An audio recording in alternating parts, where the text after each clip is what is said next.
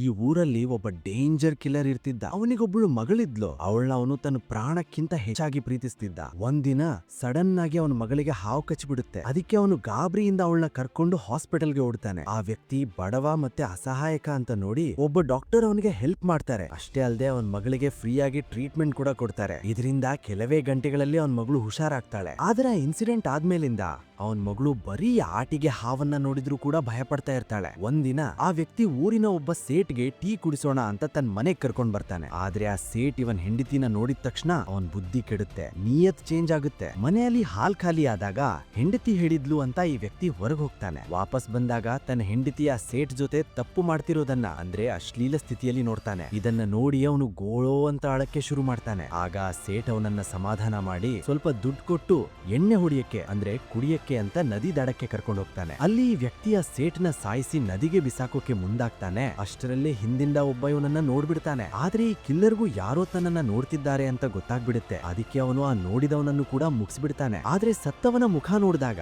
ಈ ಕಿಲ್ಲರ್ಗೆ ದೊಡ್ಡ ಶಾಕ್ ಆಗುತ್ತೆ. ಯಾಕಂದ್ರೆ ಅದು ಬೇರೆ ಯಾರೂ ಅಲ್ಲ, ತನ್ನ ಮಗಳ ಪ್ರಾಣ ಉಳಿಸಿದ್ನಲ್ಲ ಅದೇ ಡಾಕ್ಟರ್ ಆಗಿರ್ತಾನೆ. ಅದಕ್ಕೆ ಅವನು ಬೇರೆ ದಾರಿ ಇಲ್ಲದೆ ಆ ಡಾಕ್ಟರ್ನ ಬಾಡಿನ ನದಿ ದಡದಲ್ಲೇ ಹೂತ್ ಹಾಕ್ತಾನೆ. ಆದ್ರೆ ಕೆಲವೇ ದಿನಗಳ ನಂತರ ಆ ಬಾಡಿ ಹೊರಗೆ ಬಂದು